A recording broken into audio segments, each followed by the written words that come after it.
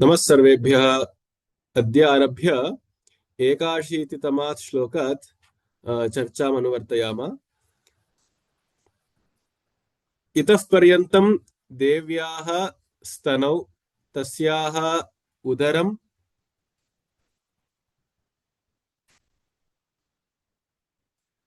तस्याः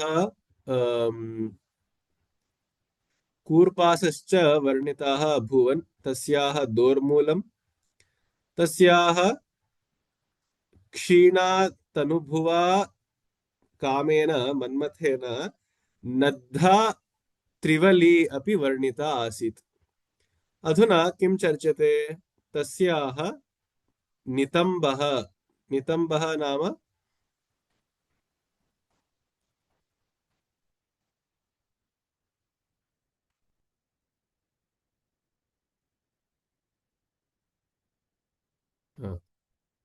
प्रतीक्ष्यताम्।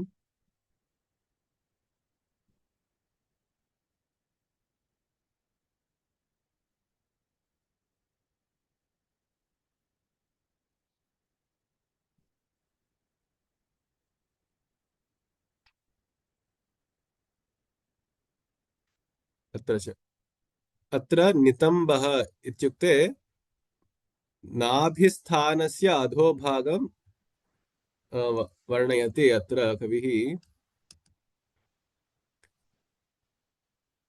एतं भागं वर्णयति नितम्बः इति। पश्यामः। गुरुत्वं विस्तारं क्षितिधरपतिः पार्वती निजात् नितम्बादाच्छिद्य त्वयि हरणरूपेण निदधे। अतस्ते विस्तीर्णो गुरुरयमशेषां वसुमतीम् नितम्बप्राग्भारस्थगयति लघुत्वं नयति च। हे पार्वती, पर्वतस्य पुत्री, हे पार्वती, तव नितम्बः, your buttocks, um, your hind portion, the back of your body, nitambaha, ati vistirnaha. It is so you have a vase like figure with a,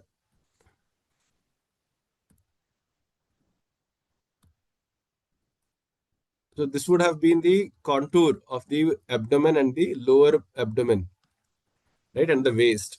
But we have seen that her waist, her kati is ati kshina madhya, and now relative to that, the hind portion, the nitamba, is vistirna. It is large, it is expansive, and he is comparing the vastness, the expanse of this to have come from her father by genetics. Why? Let's see. गुरुत्वं विस्तारं क्षितिधरपतिः, अर्थात क्षितिधरः इत्युक्ते पर्वतराजः, हिमालयः। हिमालयः क्षिति इत्युक्ते भूमिः, भूमिधरः भूधरः इति पर्वतः, पर्वतानां पतिः, पर्वतानां राजा हिमालयः। पार्वती, हे Parvati, निजात् नितम्बात्। Now the parvata also has a very large waist. He has a very large buttocks, because it is told that the if this is the mountain, right, this portion of the mountain which lies on the ground is as though a person is sitting, right. Think of the mountain to be the upper body of Himalaya, whereas the portion, the root of the mountain which lays firmly fixed on the earth, is the buttocks, the hind portion.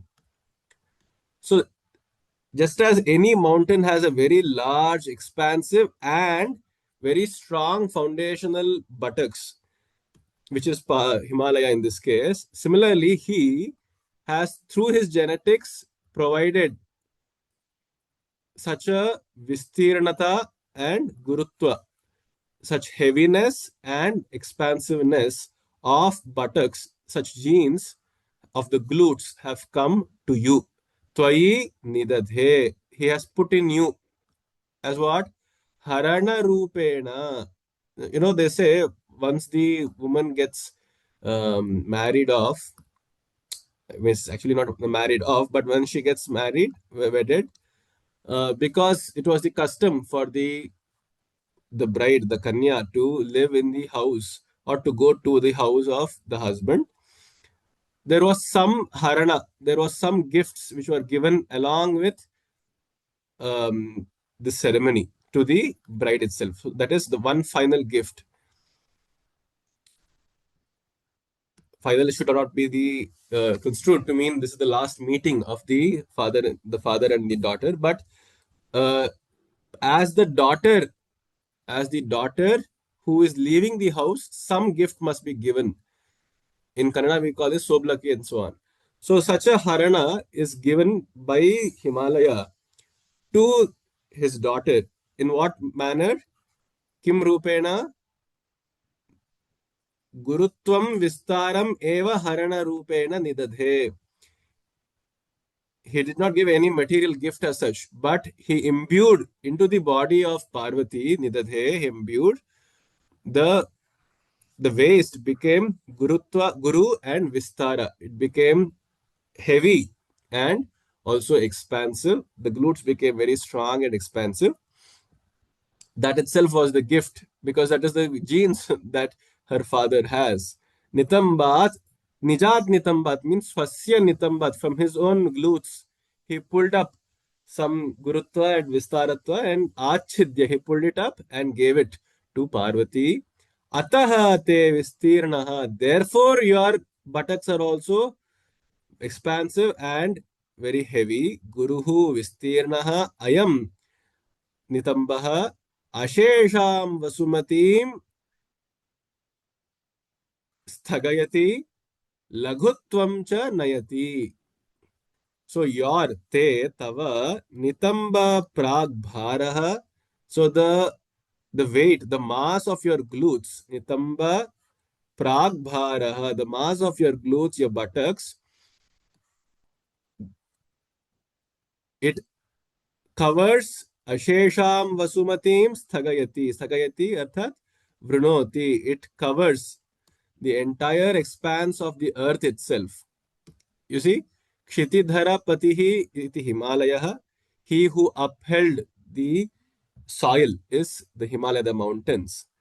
Now, his daughter Parvati took it to the another level where the entire Vasumati, the entire earth itself, was covered by the power of her Nitamba, by the mass of her Nitamba. Nitamba Prag Bhara Vasumati Mashesham Sthagayati Avranoti. It covers and Lagutvancha Nayati, and it makes the entire earth itself become light. It makes the entire earth itself become light. Let me break this down a little more.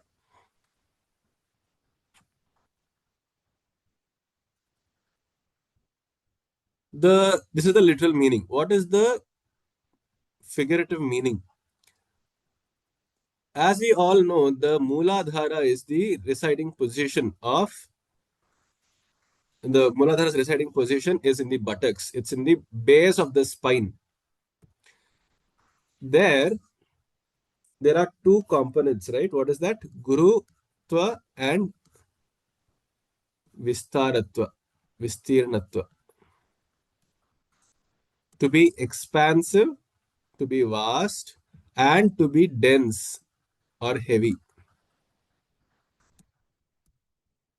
These are two governing tattvas of the Mooladhara, which is also why we see images of Ganesha who has a very large abdomen and waist and also big glutes and buttocks, and he sits occupying a lot of area, right? And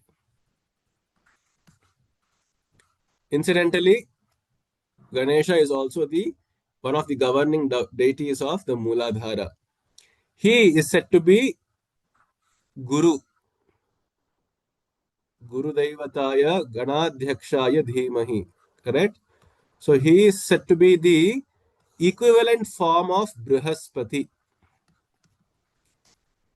which is why even in the Vedas, the Brahmanaspati Sukta, which is often chanted for Ganesha, which is Atuna Indra Kshumantam, that is originally ascribed to the praise of Brihaspati or Brahmanaspati, the guru of all the devatas.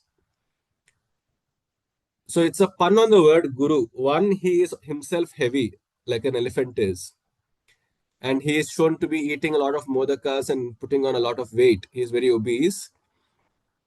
But the truer meaning of the word guru, of course, is that which is large, like the planet Jupiter, the largest of all planets, and therefore also being capable enough to expand and occupy a large space, meaning which can show its presence and existence in a large domain. So that is the very nature of Ganesha, of Guru, as well as here of the buttocks of Lalita Tripura Sundari. And it is so large that it occupies the entire earth. That's the literal meaning, right? What does it mean? Of course, the earth again is known to be the ruling element of the Mooladhara, right? Ashesham Vasumati means the entire Mooladhara has the power of the Mooladhara, the domain of Mooladhara has been occupied by your mass, by your essence, which is permeating this space and which is also very dense, which is also very heavy. There is a very heavy aura. The Tamas Shakti is very large in this sphere, and it has occupied the entire Mooladhara. Nitamba Prag Bharaha Ashesham Vasumatim Sthagayati, and it holds the Mooladhara in its place. Only when there is a force which is powerful enough, dense and heavy enough, and expansive enough can it occupy the earth and hold it in its place. That is being done by the buttocks of Devi. And not only cosmologically is she holding the earth in place, but also on the individual scale, the Mooladhara has been occupied by her Tamas Shakti, her Guru Shakti, Gurutva Shakti, her Tamas Shakti, which is the foundational energy for all activity, right? When you are sitting or sleeping, we are using our buttocks, we are using our back portion predominantly. So that is the foundation, the mancha on which the entire body, the other six chakras rest. So the Mooladhara, just as on the earth we all stand as earth as the foundation, the Mooladhara is the foundation of the microcosm as well. And for that to be stiff enough and to be steady enough, you need enough mass. You need proper glutes to hold it in place, to be able to sit properly, to be able. And we have seen this even in yoga postures. The larger our seat spaces, the larger we occupy, the larger the volume we occupy, the body is more stable, is it not? Because the greater the surface area, the pressure gets distributed across. Hence, it's good to have very strong, curvy glutes, very massive glutes. And that is being described as the tattva of Lalita in this verse. And a small poetic element that he is adding here is that it has not come naturally to Parvati, but it was a gift given, a harana. It was a harana, upaharana given to Parvati by her father, because such is the nature of mountains as well. To hold the soil in place, the buttocks of the mountains should be quite large, expansive, and very strong. And magically, what is happening is Laghutvam cha nayati. She is making the Ashesha Vasumati, the entire Vasumati, that is Vasundhara, the Bhumi itself, becomes so light that it can, start spinning. It can play on its own orbit. That is one meaning. Laghu is fastness. It's quick. Laghutvam cha nayati. Nayati means what is taking, what is Nitamba pragbharah nayati. The Nitamba, the buttocks of Devi are causing nayati, the entire earth, towards Laghutva, towards either fastness, agileness, or uh, lightness. Laghu is also light. The Guru and Laghu are antonyms. Because she is doing the heavy lifting, she is doing the heavy back lifting, all the mass and gravity of the earth has been concentrated into her buttocks, and therefore the earth on its own has now no more any burden. All the bhara, the burden of the earth, has been absorbed into her uh, her glutes. The earth, that is the entire loka itself, is now free of the need for its own survival. The energy which it takes for organism to survive on its own, which is basically the function of the Mooladhara, has been absorbed into the Devi's Nitamba. Meaning now all creatures, all bhutas, elements are free to pursue higher goals of their life.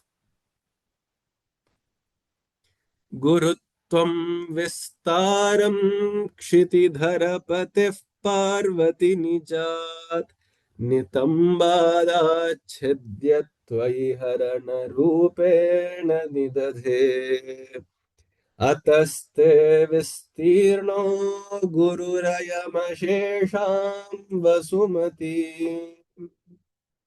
नितम्बप्राद्भारस्थगयति लघुत्वं नयति च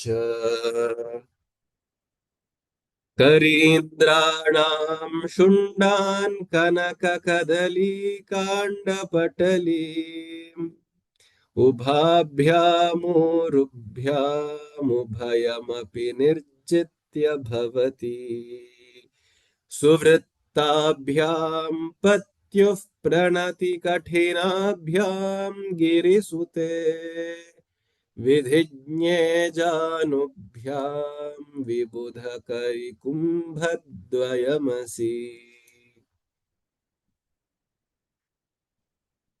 करीन्द्राणाम अर्थात गजेंद्राणाम of all the large tusked elephants. Karindranam Shundan, the trunks of all the elephants. Kanaka Kadali Kanda Patalim. Kanaka Kadali is Suvarna Vana. Kadali is golden bananas. Right? Kanaka is golden, very golden hued bananas. Kadali Kanda Patalim. So just as the plantain, which bears such golden bananas, which is as slender as the plantain, kanda, like the stem of the plantain, patalim, ubhabhyam, urubhyam, ubhayam api nirjitya bhavati. Suvrittabhyam patyuh pranati kathinabhyam girisute vidhijne janubhyam vibudha kari kumbhadvayam asi. So soon after the description of her glutes, going down,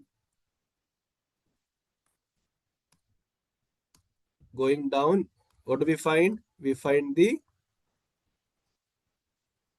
janu. Janu is knees. After the buttocks, then there are the knees. The knees are so round, suvritta, they are so round and fair that the comparison being drawn here is that of two comparisons, two upamas.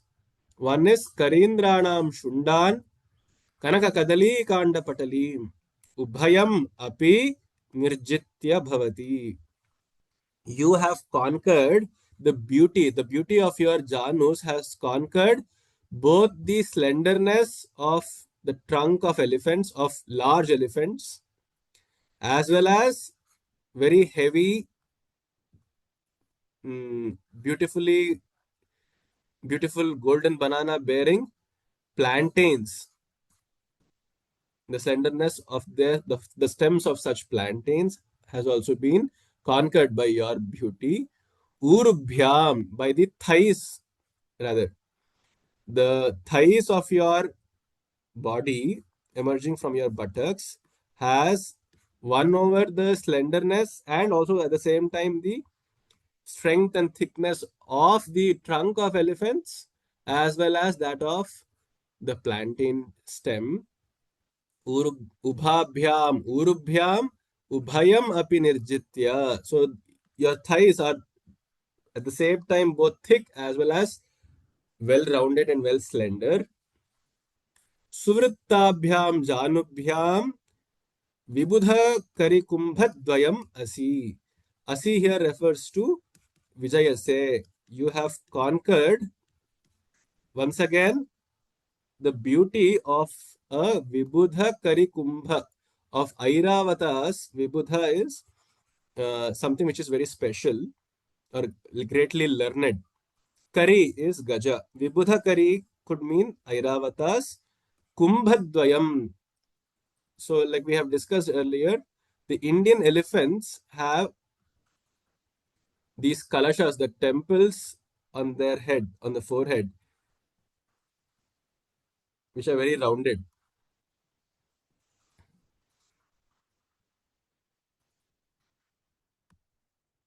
The comparison being drawn is between the roundness, suvritta of her knees, the rounded knees, which is also white, to the Airavata's foreheads, to the roundness of Airavata's head, the forehead, the kumbha, the kalashasthana, vibudha kari kumbha dvayam. Both of them have been won over by their beauty. Your beauty of your knees has surpassed that of the Airavata's head as well. And how did it become so rounded and well smoothened? Patyuhu pranati katinabhyam. Because you would always, ever when you find Shiva meditating or in his usual absorption phases, you would immediately do a Sashtanga pranati. So you would, I mean, for women, it is with the Janu. They would sit like this and bow with their knees touching the floor.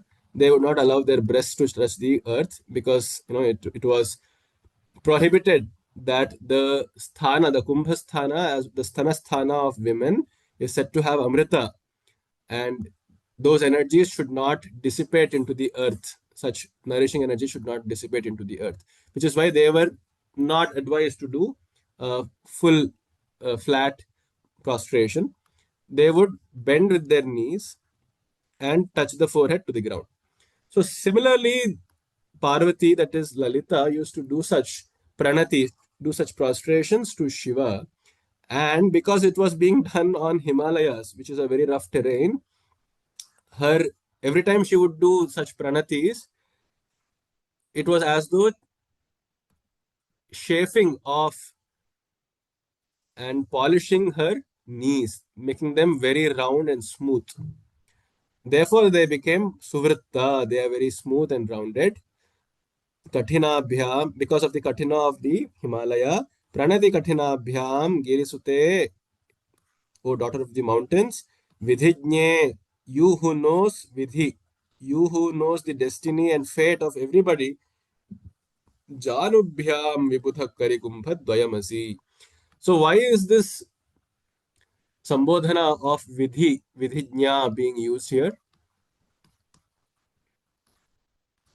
I feel, and you can contribute your perspective to this as well. It is told that now we have seen what the buttocks, the glutes of Devi is doing, right? It is absorbing all the gravity, all the stress of the creatures to survive into itself. and therefore allowing it space, a laghutva, and freedom for exploring higher domains of life, higher offerings of life. It is also told, continuing this analogy, that the knees, the Janu of Devi, is said to bestow upon people vidhijnatva. It is said to bestow upon people great intuition, vidhijnatva. You can forecast people's behavior. You can forecast things happening, and some amount of clairvoyance is also bestowed. Perhaps for that reason, this Sambodhana of Vidhijne must have been used. And Giri Sute is used because she is doing these pranatis on the Giri, because she is the resident of the Giris of the Himalayas. And Shiva is living in his father-in-law's house. So she has to do pranati on such hard terrains, on rough terrains. And the beauty of her knees has surpassed that of Airavata's forehead as well. This is the meaning. These portions have surpassed the beauty of Airavata.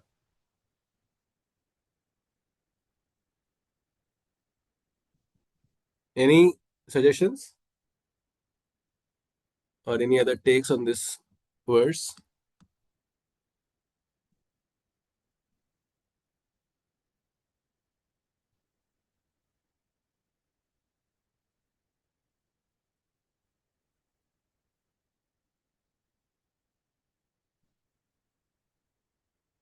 And once again, we find the symbolism of using elephant and Ganesha and the Mooladhara, which is, of course, also the very sthana associated with the legs, the pada, the buttocks, the glutes, the pelvic region, as well as the knees and thighs. All of them are associated with the Mooladhara.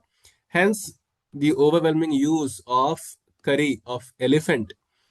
Uh, Vibhuda Kari can also therefore mean Ganesha himself, because he is also said to be a Vibhuda, the wisest of all elephants, Vibhuda Kari. And Karindra, again, once again, can also mean the same. And as we know, the favorite snack of elephants are Kanaka Kadali. It is banana, Kanaka Kadali, as well as the plantain of banana itself. Kanaka Kadali, Kanda Patali. And both of them have been won over by their beauties have been surpassed by your thighs.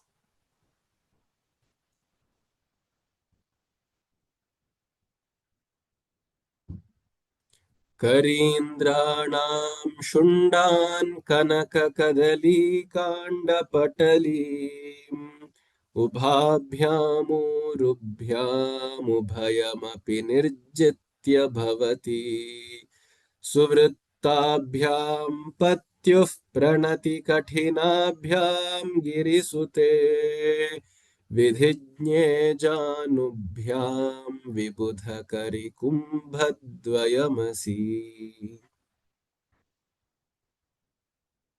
पराजेतुं रुद्रं द्विगुणशरगर्भौ गिरिसुते निषङ्गौ जङ्घेते विषमविशिखो बाढमकृत यदग्रे दृश्यन्ते दशशरफलाः पादयुगली नखाग्रच्छद्मानः सुरमुकुट शाणैकनिशिताः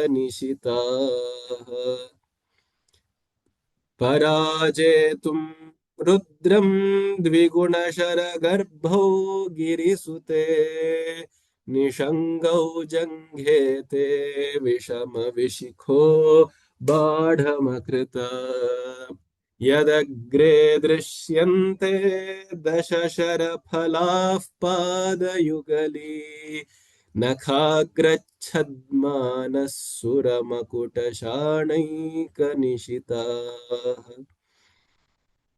One of the most beautiful and also hilarious couple of verses are to follow here.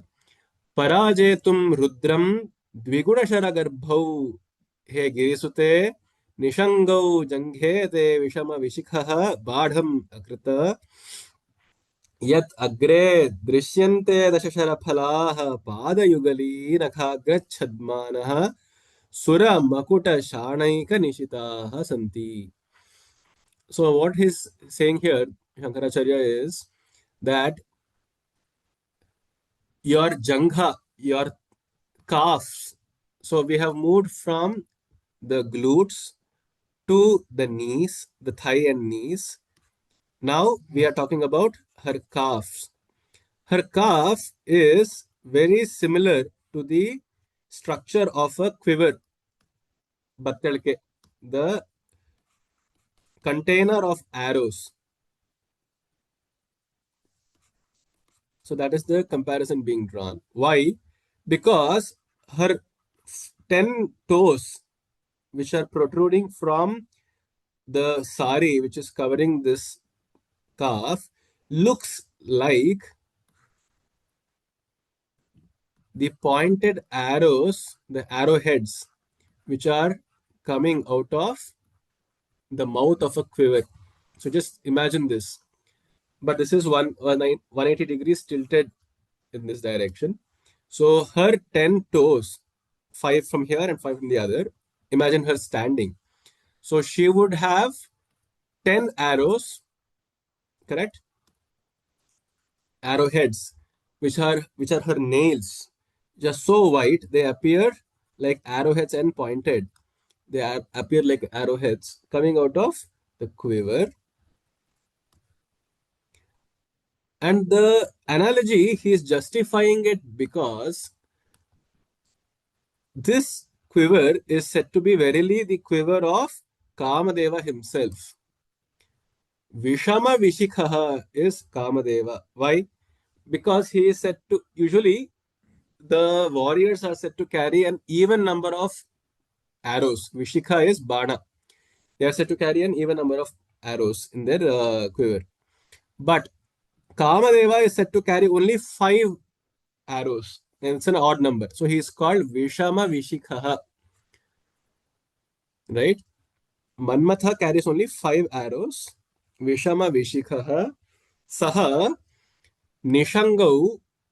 Nishanga is the quiver. He turned your Jangha. Sorry, he rather turned his Nishanga itself into your Jangha. He Kameshwari. He turned his quiver itself into the Jangha, into your Janghas.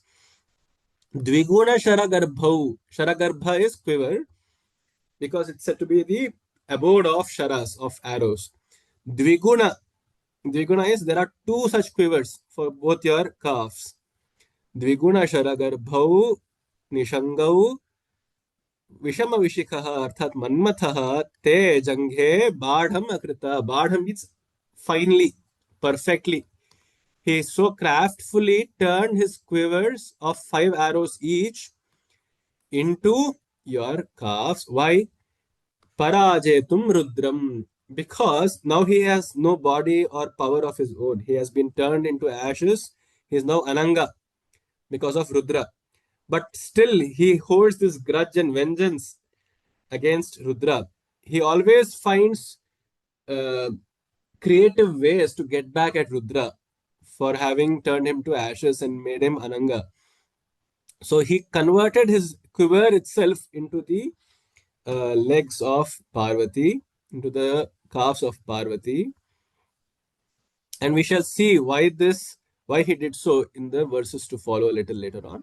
For now, this is the analogy being drawn. Then, yad agre drishyante, and in the edge of these quivers, what are we seeing? We are seeing her feet, which has these five nails. Yad agre drishyante, dashashara phalaha. Shara is arrows, phala is the arrowhead. So we see these 10 arrowheads at the end of them.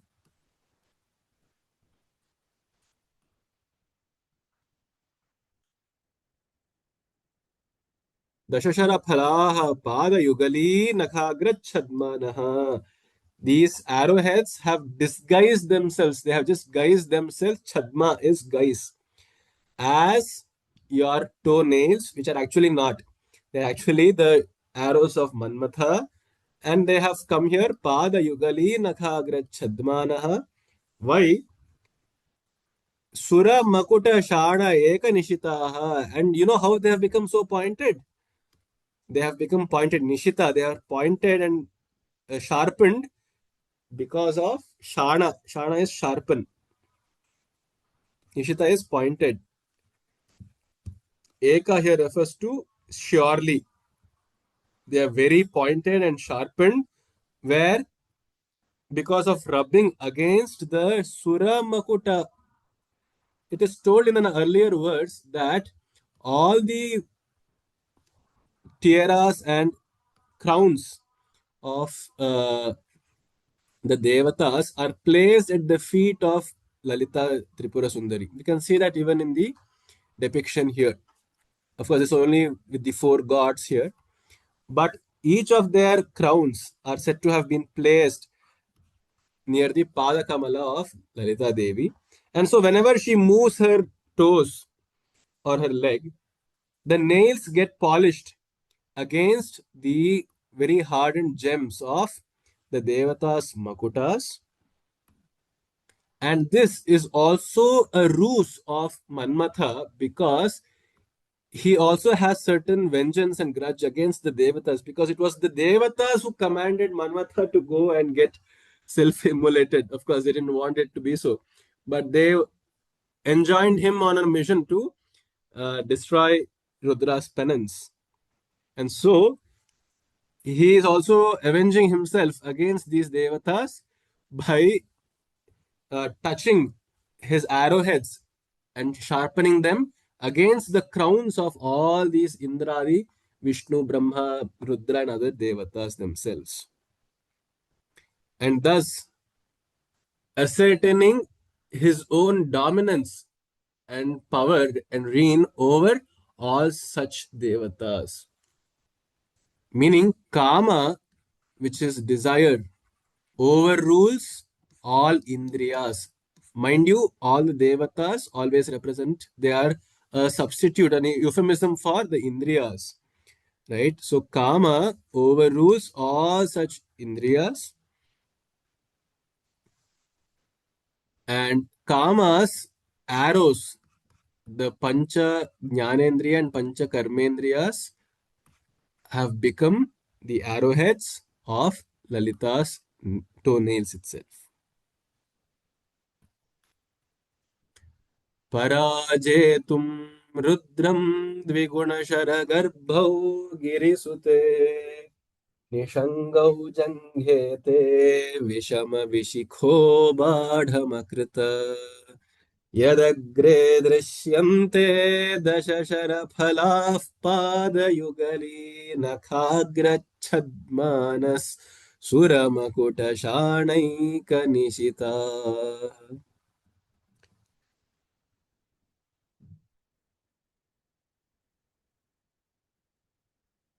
कश्चन अभिप्रायितुमिच्छति Prabhatam. प्रभातम् Got morning, no? So got into morning activities, so couldn't respond in the previous this one. No worries, no worries, Hari. Glad to have you. Yeah. And definitely this exact shloka reminds of Lalita Sahasranam. Over there also the same thing has come. Janga's, Manmata's this one. There is not a overlapping. Very true. Are you able to recollect which exact verse? Lalita. Let me also try to find from the Sahasranama. Janga, that word definitely the same. That word is same. Turnika.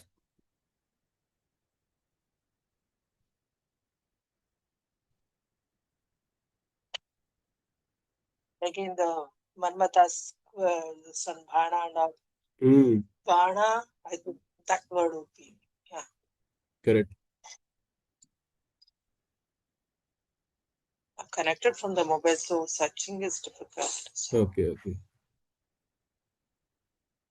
माणिक्य मकुटाकार जानुद्वय विराजित इंद्रगोप परिक्षिप्त स्मर तूणाभ जंघिका.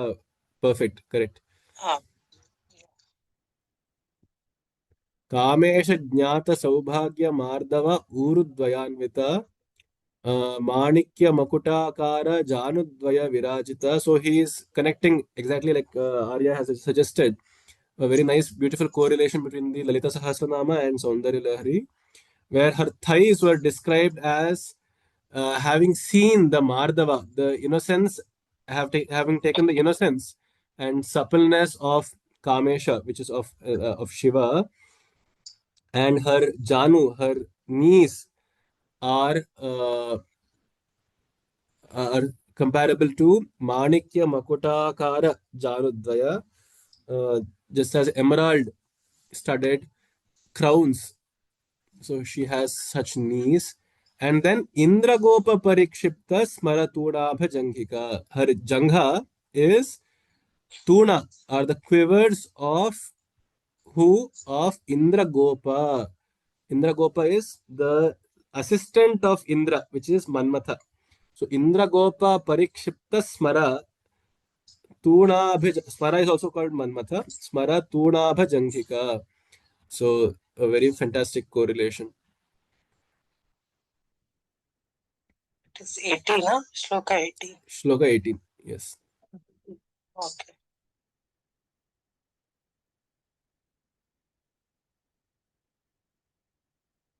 श्रुतीनां मूर्धानो दधति तव यौषे खरतया ममाप्येतौ मातः शिरसि दयया धेहि चरणौ ययोः पाद्यं पाथः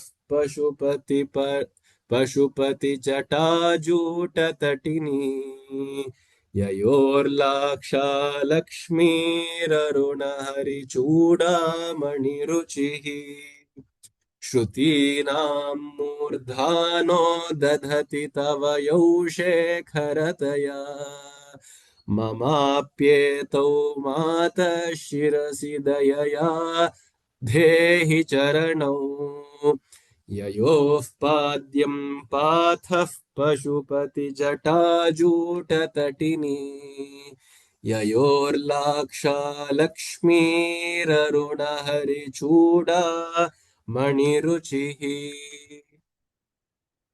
हे मातः, ओ mother, अम्मा, mama अपि एतौ श्रुतीनां मूर्धानः यः यौ दधति तौ मम तौ चरणौ मम शिरसि दयया निधेहि. Please place your feet, the 2 feet, which are Shrutinam Murdhano Dadhati Tavayau Shekharataya. Your 2 feet represent. So let's just imagine this, that she has the 2 feet, and Shrutinam Murdhanaha, Arthat the Upanishadaha. Vedas are called Shrutis. The Murdhana means the head of the Vedas, which is the end portion, the Vedanta, which is Upanishads. Shrutina Murdhanaha Dadhati Tavayau Shekharataya. The Upanishads themselves, if you imagine them to be the head, they have surrendered, they have put their heads at your feet, and therefore asked your feet to become the Shekhara, meaning to become the summit placed on the heads of Upanishads.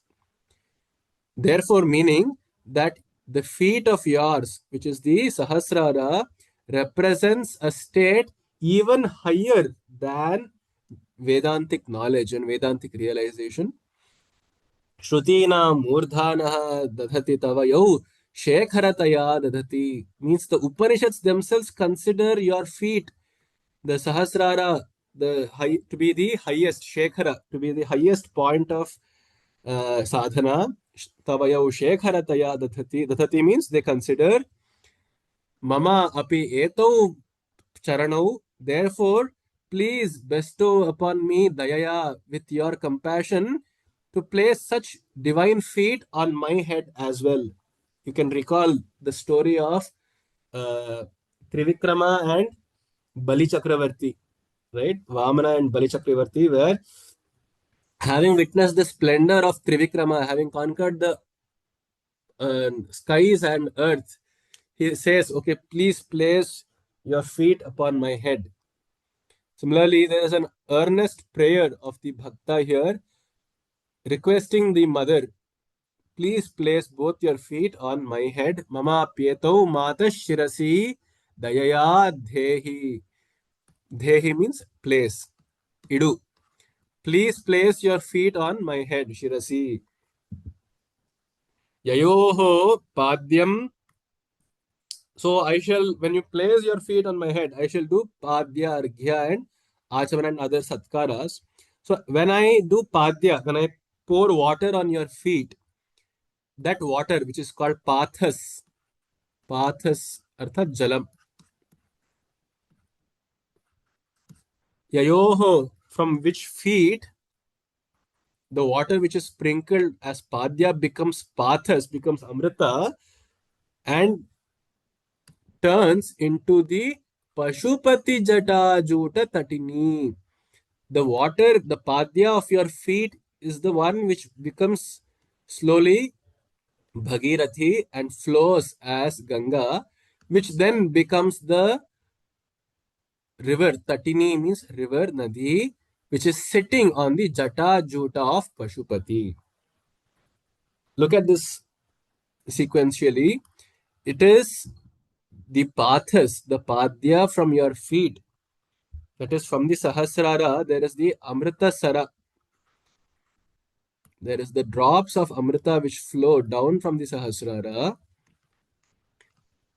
which is what is told to be the Ganga, the metaphorical Ganga, which when it flows down is captured by Rudra, that Pashupati's Jata Juta, which is basically the Ajna Chakra. See how beautiful all of this fits in.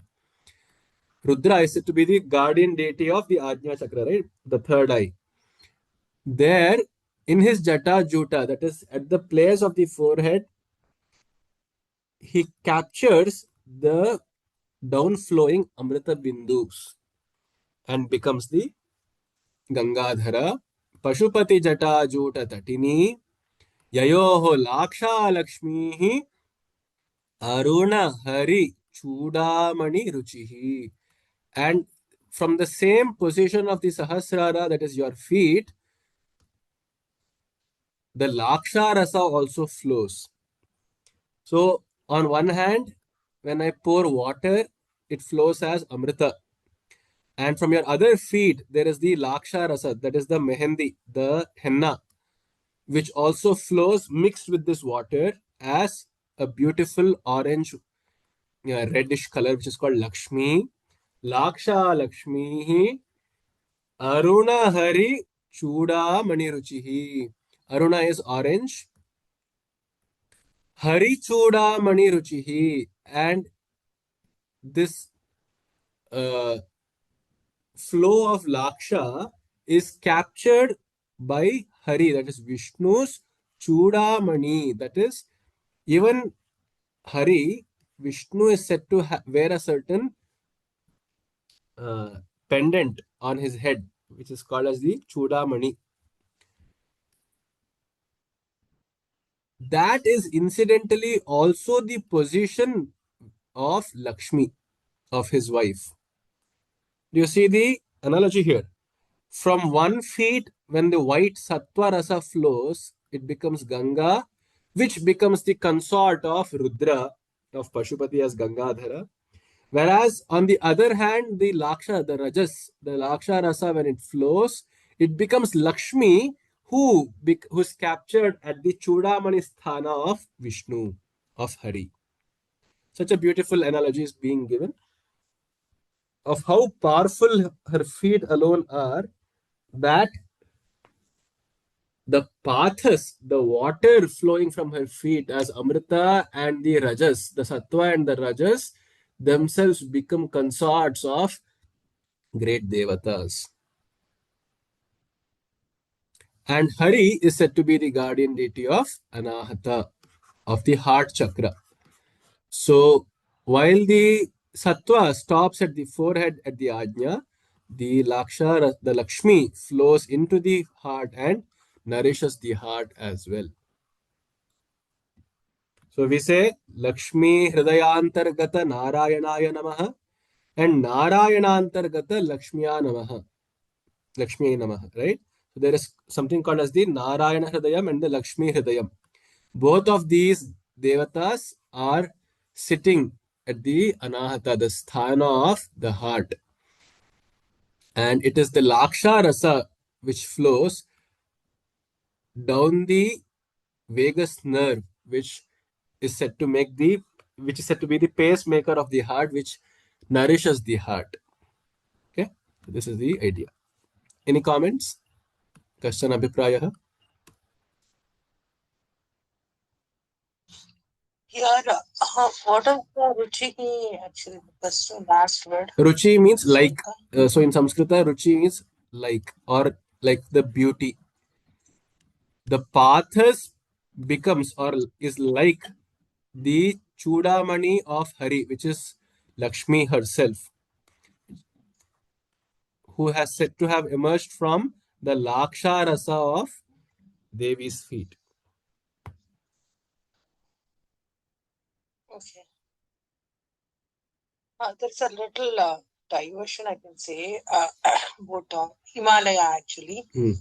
For related to the third line of the shloka. When we go to Himalaya, um, even if anyone just ducks some half a feet, there is a water flows from there, pure, clear water. Oh, So okay. it appears like entire, yeah. I've taken a video of also. We were just going towards Badrinath. Guruji was taking us to Badrinath. The water was flowing so clear and it was overflowing on the road. And Sundaram. we can sense it that entire Himalaya is like a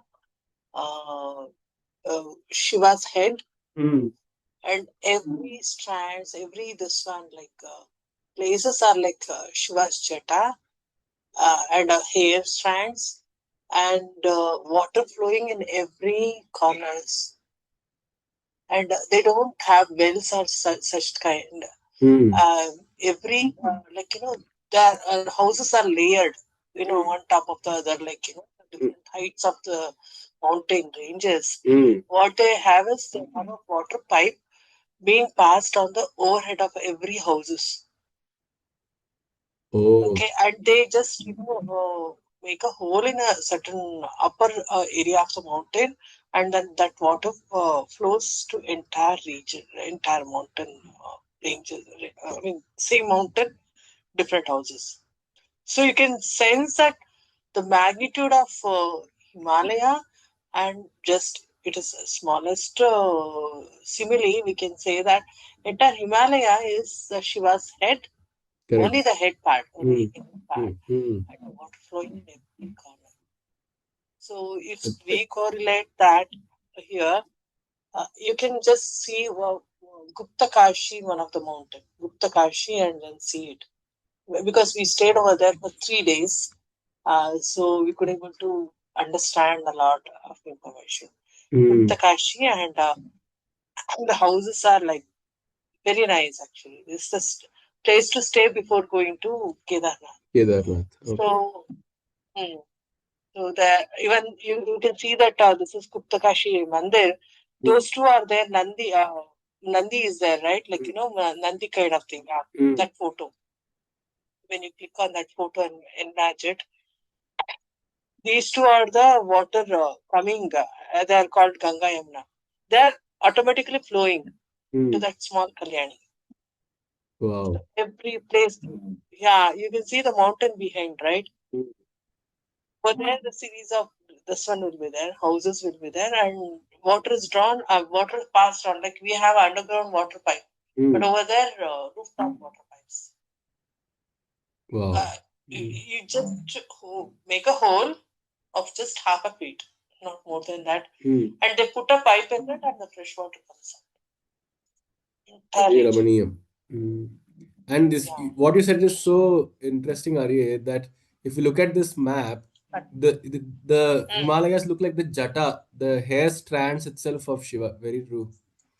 All Exactly. these knotted Yes. hair strands. Mm. Mm. So, And the terrain towards Kedarnath is very rough. But when we go towards Badrinath, it is quite huge but smooth, smoother mountains. But entire mountain region is full of mud only. oh, Not nowhere you find a stone. Nowhere. That's why there is a lot of landslides. I see. But once you go to Kedarnath and behind a Kedarnath Mandir, you see the big Bhima stone, no, you will be surprised from where it came because entire mountain region is full of mud only. ಮಣ್ಣಿಂದು ಪೂರ್ತಿ ಪರ್ವತ range ಮಣ್ಣು. ಹೌದಾ? When we are just passing, taking a route, you can see the opposite mountain.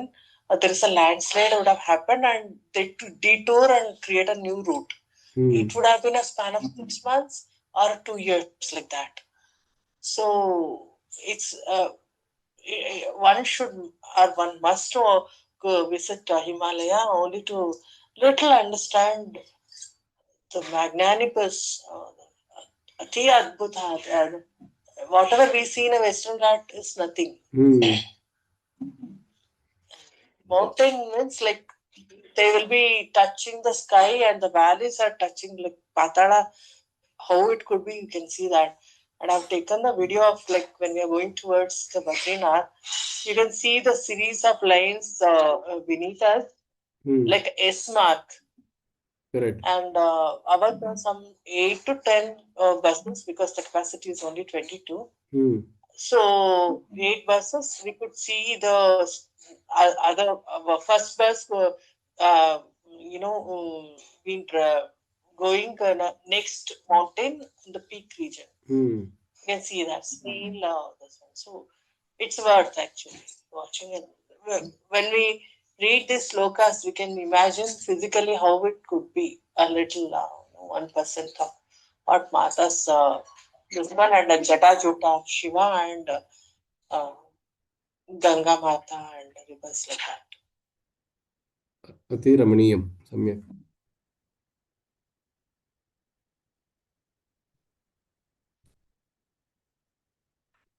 Sadhu, sadhu. Astu. Thank you so much for all this. You took us on a virtual tour of Himalaya with your stories. Please do share the videos and pictures on the group, Ari. It is If you, yeah, you can find, you can share it. not there. Where we people are not there, I can share that. Yeah, yeah. Himalaya, and yeah, and Ganga also. Like when we started from I think Gupta Kashi only. No, not Gupta Kashi. I know. That's I think Uttarakanshi, when we were going towards Gangotri, I suppose. Then we were to like it was in the morning, 6 o'clock or something like that. It was July, July time. It was summer to rainy season over there. The mist formed on top of the river layer. It was so beautiful. Just you were not touching the river. This one first layer, the top layer. Just above it, there was a gap, and then the mist. And when we are coming back from this one, Kedarnath, Kedarnath, all of a sudden the clouds formed. And it was so surreal. We could like it was saying, no, this is not real at all. It was out of the world experience. Wow. Yeah, those things, yeah, I have few of them. I'll share it. They're quite not very clarity because the camera and the phone are all not in this one. This space constraints were there. So I'll just share it, whichever is good in the group, and the rest I'll share directly. Sure, sure. धन्यवादः. अस्तु. नमो वाकं ब्रूमो नयनरमणीयाय पदयोः तवास्मै द्वन्द्वाय स्फुटरुचिरसालक्तकवते असूयत्यत्यन्तं यदभिहननाय स्पृहयते पशूनामीशानः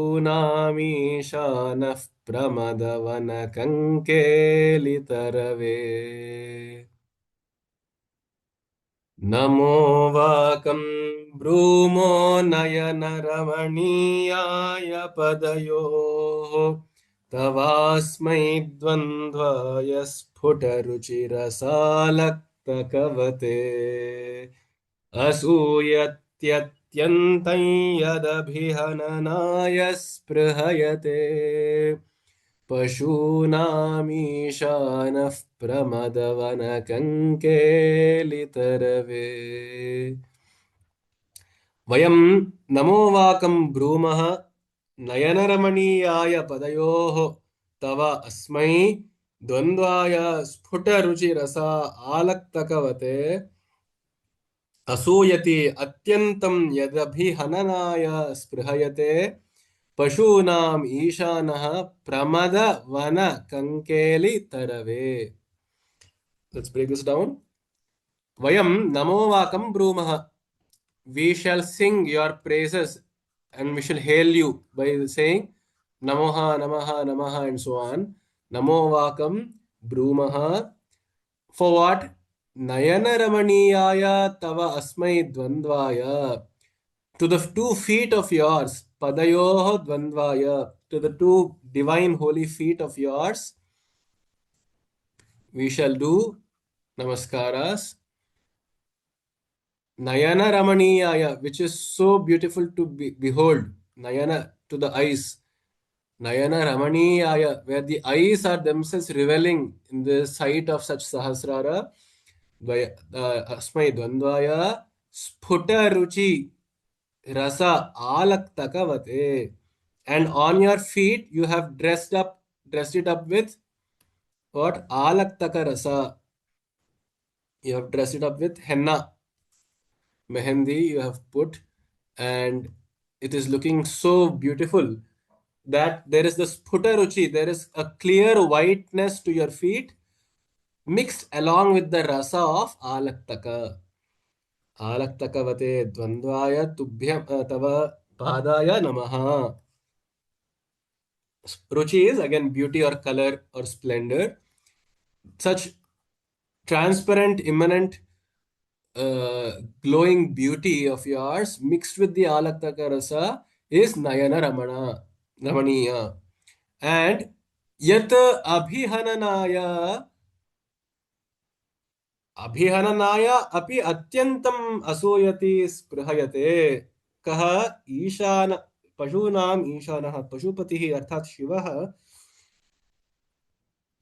abhihananaya sprihayate. Now there is a certain fetish that Rudra has, that he is so captivated by the beauty of your feet that he actually wants to get kicked with the feet.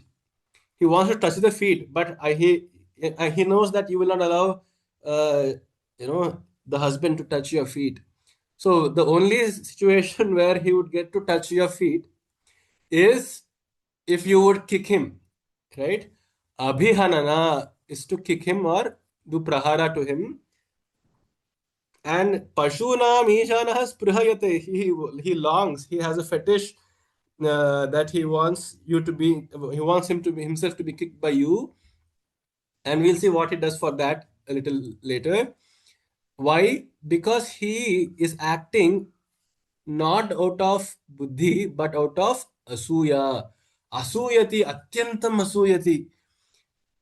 पशूनाम् ईशानः रुद्रः पतिः प्रमदवन कंकेली तरवे असूयति. Ishana himself is getting jealous of the taru, of the tree, uh, and we shall see why. He gets jealous of the tree and therefore wishes that he were the place of the tree to get kicked, to get an opportunity to touch your feet. This is the idea. Let's see what this tree is. Pramada Vana Kankeli Tarave. So the idea is that, let's just look at the story. I myself forget the exact story, but we can ask GPT or Gemini rather. So Kankeli Taru is the tree associated with the Vana, the Kadamba Vana of Devi. If you remember, there is the Vana surrounding her Chintamani Griha, correct? So that Vana, she always takes a stroll in. Morning and evening, she goes for a nice walk. Okay, so here it says Kankeli is the Sanskrita name for the Ashoka tree. Saraka Ashoka is the biological name. And let's see what the significance of this with Lalita is. With Lalita or Parvati.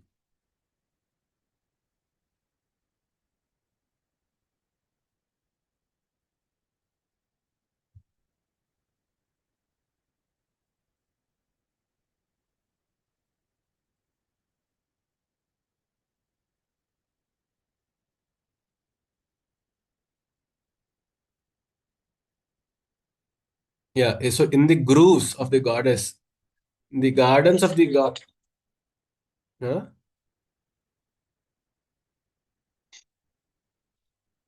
Just a minute, Ari.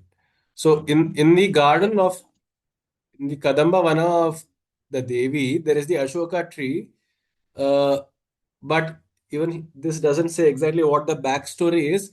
But someday she kicked the Ashoka tree out of her fury, the Kankeli tree. And the tree was so happy that it had the blessing of getting kicked by Devi, of having the opportunity to touch the feet of Devi. And that is how the story says that that tree got moksha as well. But then soon after, she cooled down and she hugged the tree. She could not bear to stand herself being angry at her own creation. So she immediately goes and hugs the tree as well. So that is the story. But for what reason, I am yet to find out. Tell me, Arya, do you know the backstory of this? You were saying something. Was it something Chintamani Grahantasta Panchapunshantarastita? Is it something related to the Lalita Sahasranama? Or some, or I'm missing something? Kadamba Vanavasini. Ah, correct. Kadamba Vanavasini is there, correct. And so in the Kadamba Vana, there is the Kankeli Mara. ಆ ಕಂಕೇಲಿ ಮರನ ಇವರು ಒಂದ್ಸಲಿ ಒದ್ರು ಅಂತ ಹೇಳ್ತಿದ್ದಾರೆ. ಯಾವಾಗ ಯಾಕೆ ಅಂತ ಗೊತ್ತಿಲ್ಲ. Vanavasini. Even that word also comes in that. Correct. I'm not remembering. I'm getting that which shloka it could be. Anyhow, so that is the overall meaning. Let's just try to find out the story of the Kankeri tree and Lalita Devi a little later. The idea is she kicked the tree and then she hugged it. And Shiva got so jealous of the tree that he also finds, we shall see in a verse soon, that he finds a way to himself get kicked by Devi just for having an opportunity to touch the feet of Devi. So that is the longing which is there even in her own husband. And to such great feet, to such blessed feet, which can make even Shiva himself jealous, I offer my namaskara. Namo vakam brumaha. And what is Shiva getting jealous of? He's getting jealous of a tree. Just imagine. He's getting jealous of a tree for that also got an opportunity to be kicked by Devi. Pramadavana kankeli tarave. Let's see what that reason was. I mean, that what that action was. Mrisha kritva gotraskhalanamath vailakshyanamitam ललाटे भर्तारं चरणकमले ताडयति ते चिरादन्तः शल्यं दहनकृतमुन्मूलितवता तुलाकोटिक्वाणैः किलिकिलितमीशानरिपुणा मृषा कृत्वा गोत्रस्खलनमथ वैलक्ष्यनमितम् ललाटे भर्तारं चरणकमले ताडयति ते चिरादन्तः शल्यं दहनकृतमुन्मूलितवता तुलाकोटिक्वाणैः किलिकिलितमीशानरिपुणा. So now Shiva, Ishana, because he got jealous of the tree and wanted to uh, have Devi kick him, Mrisha Kritva, he devised a false plan and purposefully Gotraskhalanam Vailakshyam, Gotraskhalanam Vailakshanamitam Kritam. What he did was, Gotra here means both Nama as well as Kula. Okay. So when in one of his conversations with his Ganas, he was saying, my wife did this, my wife did that, and so on. So she was cooking something. And deliberately, when he was saying, my wife, you say, right, like, my wife Lakshmi did this, my wife Sita did this, and so on. So he deliberately took the name of another Devi. He took the name of some other person, some other lady, and he said that is as my wife. Gotras Khalanam. And then he immediately corrected himself. Gotras Khalanam Atha Vailakshanamitam Kritam. And he gave an excuse that it was Vailakshya. It was uh, out of ignorance or out of a momentary lapse of judgment. Momentary. Uh, he just misspoke the name. And so, out of such uh, lajja, out of such shame, self-induced shame, he bowed before Devi and profusely asked apologies from her. But she was so furious. She did not understand the ruse that Shiva was planning. So she thinks, how dare my husband take the name of another lady in front of me and call her his wife? Call her his wife. So she gets so angry and furious, and she does what? Charana kamale lalate bhartaram tadayati. So as he is prostrating before Devi, you should imagine this scenario. It's so beautiful. One should actually generate this image with ChatGPT, perhaps. So Shiva is bowing before Lalita, bowing before Lalita. Shiva bows before Lalita.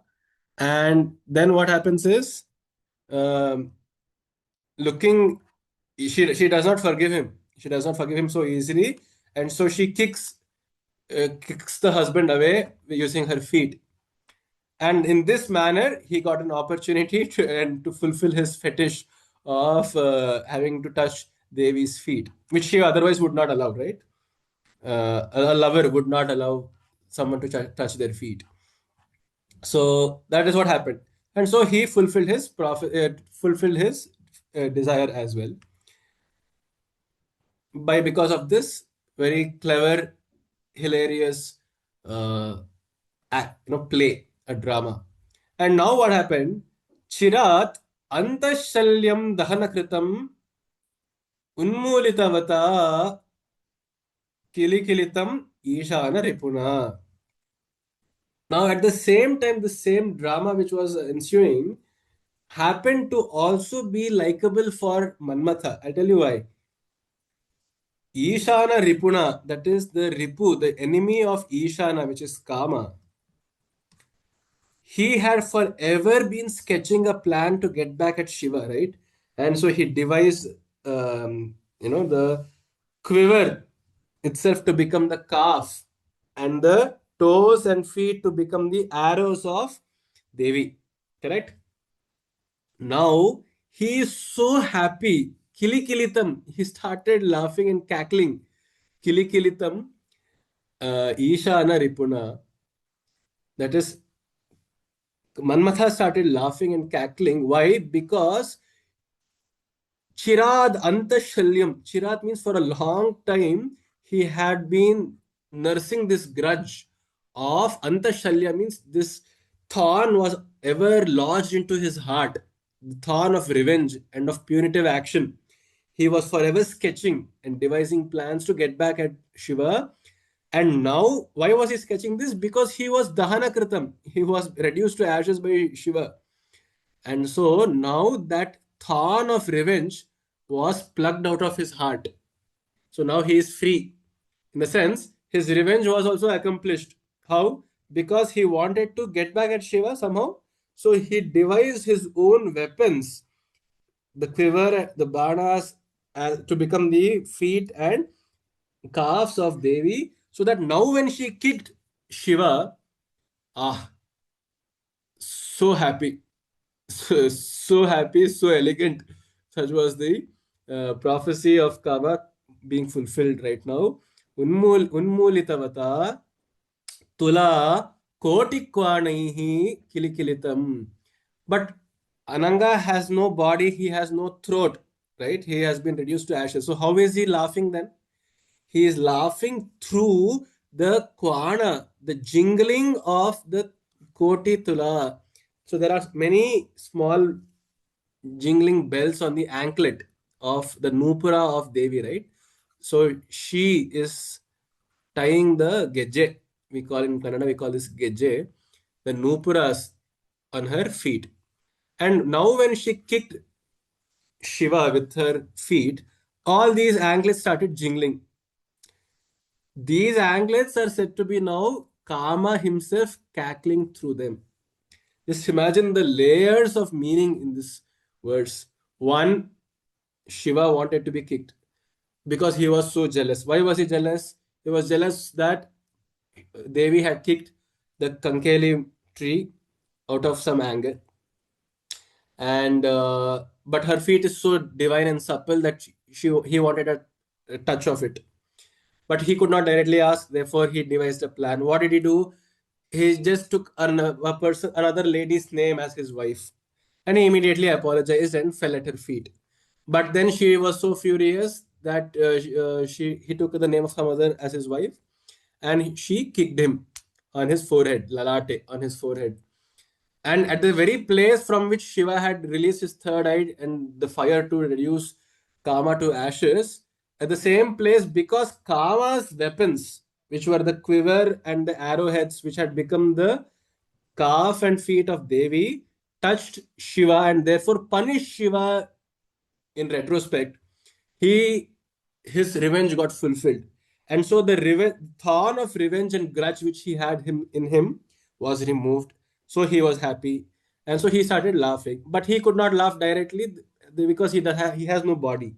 So he used the anklets of Devi itself as a medium for laughing and expressing his joy. And it is also told that the bells, be they on the anklets or the bells in the temple or the some ring, when it happens even on our mobiles, we say, right, that the devas are responding. You say something, and if it is going to happen and at the same time coincidentally something rings, it's we say that, oh, the devas are acknowledging it. Similarly here, the jingling anklets, which themselves are many microscopic bells, are signifying that there is the Deva in the background, that is Kama Deva in the background, who is happy and acknowledging that something went well. So these are the layers packed into so beautifully into this verse number 86. Imagine the poetic genius of Shankaracharya. I am just so baffled. Are you all able to appreciate and follow all the layers?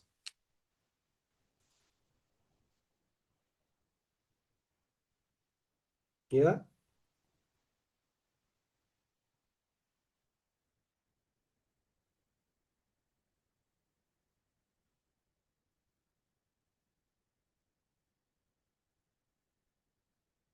Any questions? I was busy. Someone had come. I was discussing. No worries, no worries. Astu. So I hope this was understood. Let's move on.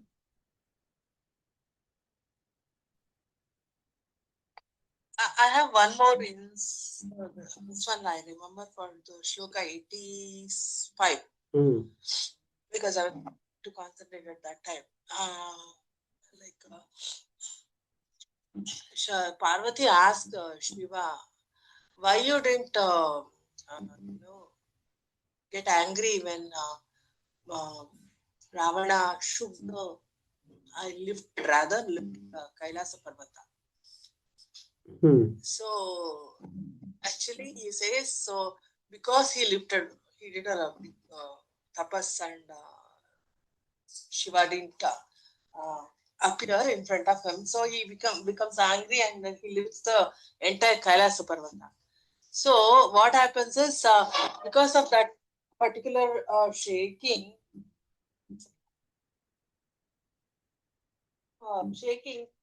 Parvati happened to touch Shiva. There was a context. So he was happy for that moment. So that's why initially he didn't get angry on Ravanasura. This is actually Could you and could you there is repeat this? Could you repeat the story? What was the exact story? Yeah, Shiva does. Ravana does tapas for. Sorry for background this one. Like our help is doing the course. So what happens is Ravana does a lot of tapasya, probably for the Atmalinga, I suppose, and he didn't appear in spite of Gora tapasya. So he lifts Ravanasura lifts the Kailasa Parvata. Search for that Ravana lifting Kailash Parvata in ChatGPT or on Google. It's a very beautiful picture. And because he lifts that, this one, there is turbulence, shaking happens. And Shiva becomes very happy that he gets he's being touched by Shiva Parvati Mata. So she sits next to Shiva, there won't be physical contact between them. Oh, okay, okay. There is a detailed information. I don't remember where. There is no physical contact between Parvati and Parameshwara. And in many instances, and I don't remember the detail of it, or I might go wrong if I misquoted. And also, if you see again, if we take it to another tangent, none of the Shiva Parvati Santana are just like a human progeny, the process of reproduction. All of them are not a general reproduction kind of. So there is no contact. So here what happens is because this one, he lifts Kailas Parvata, there is a contact happens. Slight second of touch happens and he will be happy for that. That's why he doesn't get angry initially, and later on he comes to the normal thinking, and then Oh, this is so funny and so interesting at the same time. So fascinating. Yeah. I can just imagine this play forth in my mind. in the first row, last one, in the right. No, you got it over there. Yeah, here. The last to the right, rightmost. Top row, rightmost. No, not that one. That one. No, this one. This one? Lifting, Ravanasura lifting. Correct, right? correct. It's Ravanasura only, right? Yes, yes. Yeah. This is so nice. And yeah, we should actually generate such images for all these shlokas. We'll try it on ChatGPT maybe. He gets he, Yeah. So funny. How Shiva is also like a very worn out lover. He has been looking for some contact, but yeah, now that it incidentally happens, he's so happy. Yeah.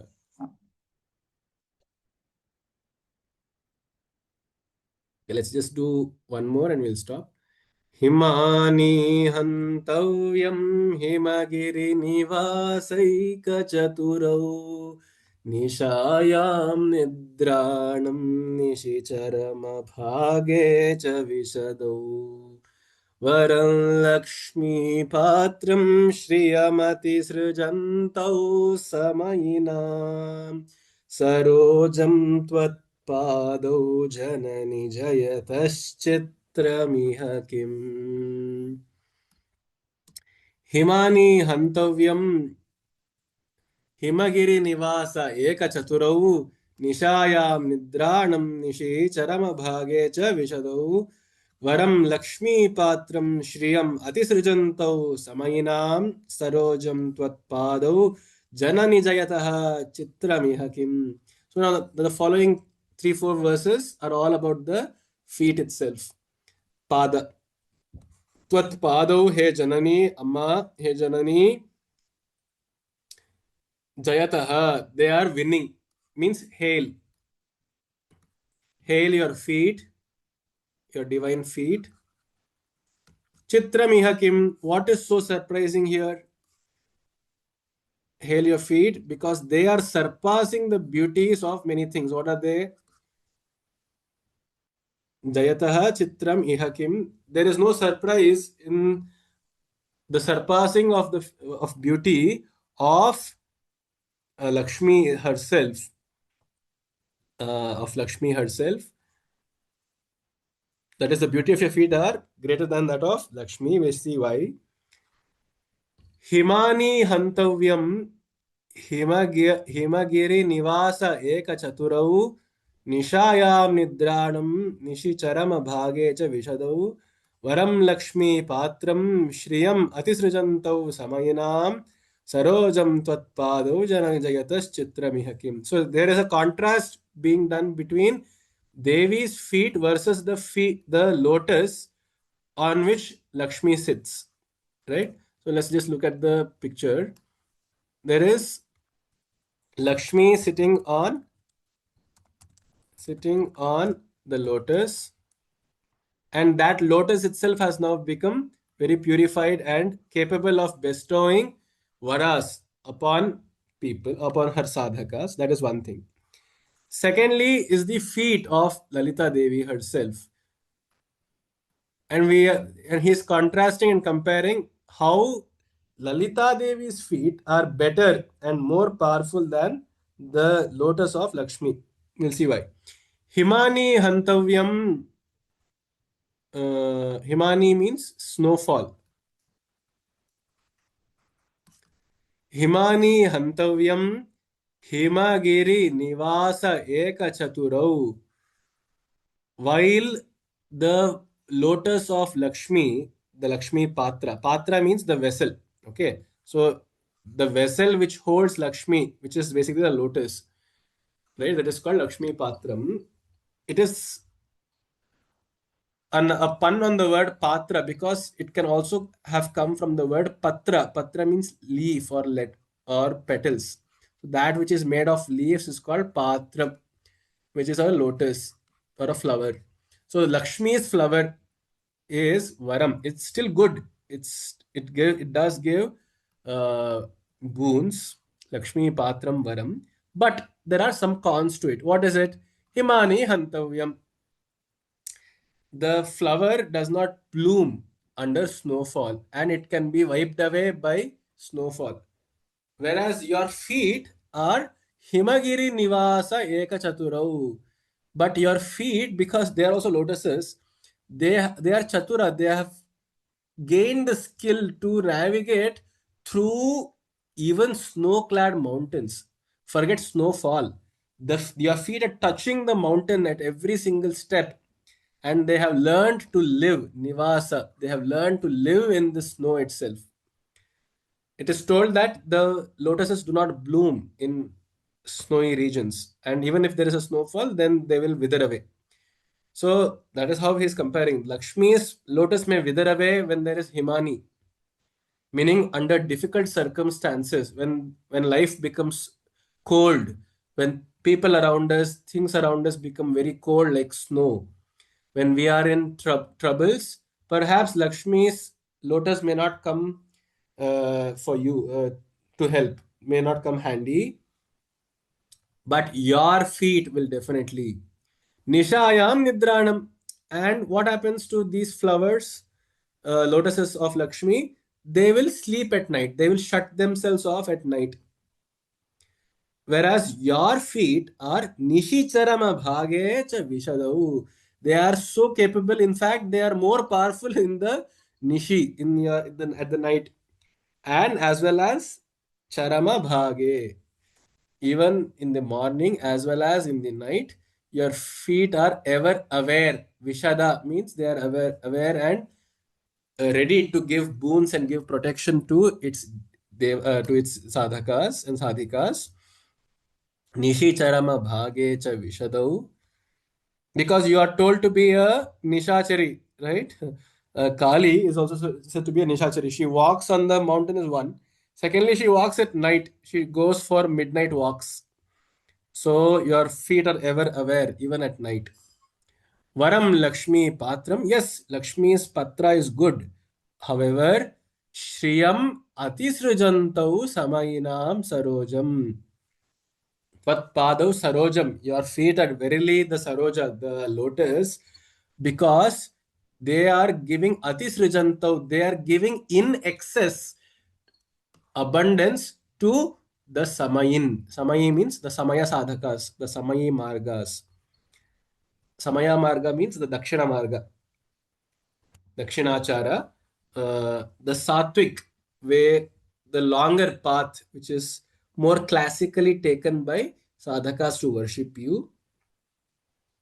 For them, your feet itself is the equivalent of Lakshmi, of Kamala Devi, because it will grant Shriyam Atisrajantau. It will give abundance of prosperity and wealth, not just abundance, but excess of it.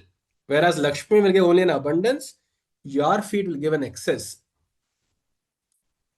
For whom? Samayinam. Sarojam Tvatpado.